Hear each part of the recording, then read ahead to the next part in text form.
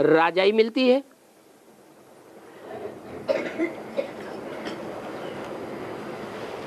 विश्व की राजाई मिलती है, बादशाही मिलती है, तो तुम बच्चों को चिंता करनी चाहिए कि हम इतने कपड़े इकट्ठे कर लें, इतनी जोड़ी जूतियां इकट्ठी कर लें, इतने पैसे इकट्ठे कर लें। ये चिंता रहनी चाहिए। क्यों? अरे हमको बाप से विश्व की बादशाही मिलती है, तो क्या कपड़े आदि नहीं मिलेंगे? है? क्या ऐसा बाप मिला है जो विश्व की बादशाही तो दे वर्षे में, और विश्व की बादशाही देने वाला बाप हमको कपड़े आदि न दे? जाओ नंगे घूमो। हाँ, बाप सिर्फ कहते हैं कि फालतू खर्चा नहीं करना है। वो भी किस लिए कहते हैं? इसलिए कहते हैं कि कम खर्चे बाला नसी। बाप ने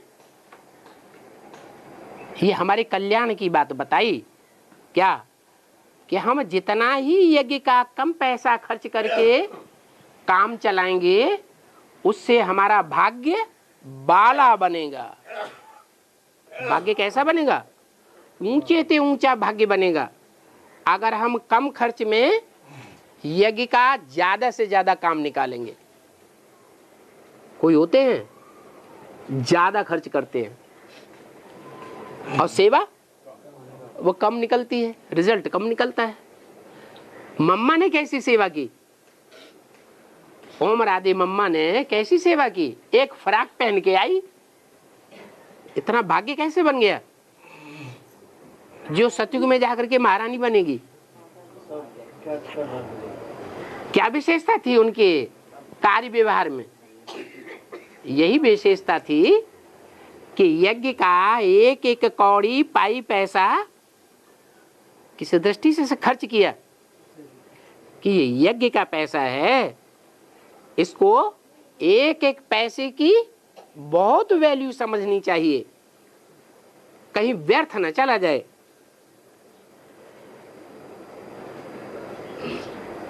क्योंकि जो भी पैसा यज्ञ में आता है उसमें बहुत पैसा कुछ ऐसा होता है जो माताएं, अबलाएं बड़ी मुश्किल से पैसा निकाल करके यज्ञ में अर्पण करती है। क्या? एक एक पैसा निकाल करके माताएं यज्ञ में बड़ी भावना से देती हैं, मदद करती हैं। और किस लिए मदद करती हैं? वो पैसा फालतू कुछ बातों में खर्च कर दिया जाए है? वो चाहती हैं हमारा एक एक पैसा भी जो है यज्ञ में आया हुआ वो बहुत बड़ा काम करके दिखावे। क्योंकि अबलाएं मदद करती हैं ना स्थापना, स्वर्ग स्थापना के कार्य में, उनके पैसे फिर यूं ही बर्बाद नहीं करना चाहिए। क्यों ही? यूं ही माने कैसे? कि उन्होंने जो पैसे दिए हैं वो श्रीमत के बरखिलाफ काम में न चले जाएं।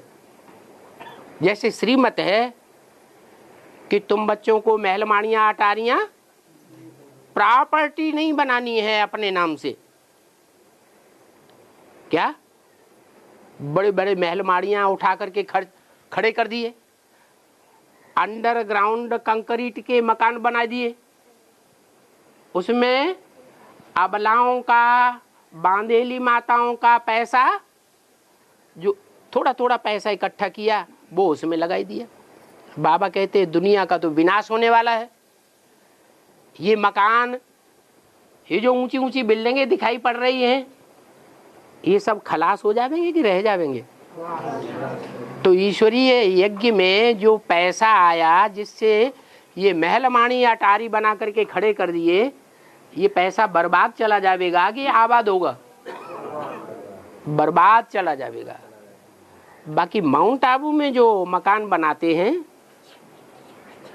मधुबन में जो मकान बनाए जा रहे हैं, उनमें तो बच्चों की परवरिश विनाश के टाइम पर होगी। उसके लिए नहीं बोला। कहाँ के लिए बोला? बाहर की दुनिया में कहीं भी महल माड़ियाँ अटारियाँ या प्रॉपर्टी आदि बनाने की दरकार नहीं है। तो पैसे बर्बाद नहीं करना चाहिए। माताएं अबलाएं कुब्जाएं तुम्हारी परवरिश करती हैं, फिर तुम्हारा काम है जब अकाल पड़ेगा कि नहीं, तो जिन कन्याओं माताओं ने तुम्हारी परवरिश की है, तुम्हारी परवरिश में पैसा लगाया ना कि हमारी बहनें भूखी न रहें, हैं, नंगी न रहें, हैं, जो बरसात अरसात पड़ती है उसमें कहीं रात में जागना न पड़े, मकान टपकता रहे। किराए पर मकान लेने के लिए बाबा ने बोला। तो इतनी माताएं तुम्हारी संभाल करती हैं तो किस दृष्टि से करती हैं?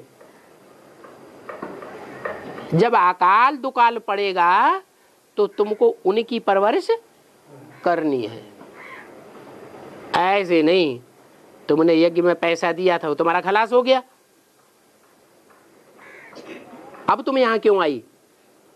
नहीं, हमारा फर्ज बन जाता है कि उन कन्याओं माताओं को जब दुनिया उनको ठुकराए देगी, तुम सब द्रौपदियां हो, बोला कि नहीं, तो सब द्रौपदियों को दुर्योधन दुशासन ठुकराएंगे या नहीं ठुकराएंगे? ठुकराएंगे।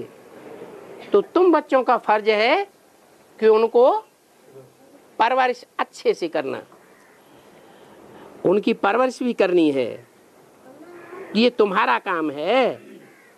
अगर नहीं परवरिश करेंगे उनके दुख के टाइम पर तो 100 गुना पाप बन करके तुम्हारे सिर पर चढ़ जाएगा। क्या कहा है? मान लो कोई माता है, उसने अपने परिवार में लड़ाई लड़ करके पैसा निकाला कुछ और यज्ञ में दिया, या मकान ही निकाला दिया, और उस बूढ़ी माता को पैसा लेकर के धन संपत्ति लेकर के लेने वालों ने बाद में दूध की मक्खी की तरह निकाल के फेंक दिया। उसको लौकिक परिवार वालों के घरों में बर्तन साफ करके अपनी जिंदगी गुजारनी पड़ रही है। ऐसे ढेर के ढेर मिसाल मिलेंगे। तो पाप हुआ या पुण्य हुआ? अरे ईश्वर के परिवार के बच्चे और ऐसे ऐसे काम करते हैं कि सारी धन संपत्ति हड़प ली और फिर दूध की मक्खी की तरह निकाल के फेंक दिया। ये ईश्वरीय परिवार है? लोगों को विश्वास बैठेगा या अविश्वास बैठ जाएगा तो 100 गुना पाप का बोझा चढ़ जाता है। बाप तो कहेंगे ना कि अच्छा पुरुषार्थ करके ऊंच पद पाओ, गरीबों पर दुखियों पर रहम करो, गरीबों को पैगाम देते रहो। जो दुखी आत्माएं हैं, यज्ञ से वंचित हुई आत्माएं हैं, उनको पैगाम देते रहो ईश्वर का कि ईश्वर बाप प्रैक्टिकल में सृष्टि पर आया हुआ है। गरीब निवाज बाप आया हुआ है। क्या? लखापति करोड़पति हीरों के व्यापारी का बाप नहीं आया हुआ है। किसका बाप आया हुआ है? गरीब निवाज बाप आया हुआ है। वो बाप कहते हैं कि मुझे याद करो तो तुम पावन बनेंगे। मुझे याद करो कहते हैं तो साकार हुआ या निराकार हुआ? कहते हैं, मुख से कहते हैं। मुझे याद करो माने कोई एक ही पक्का स्वरूप है।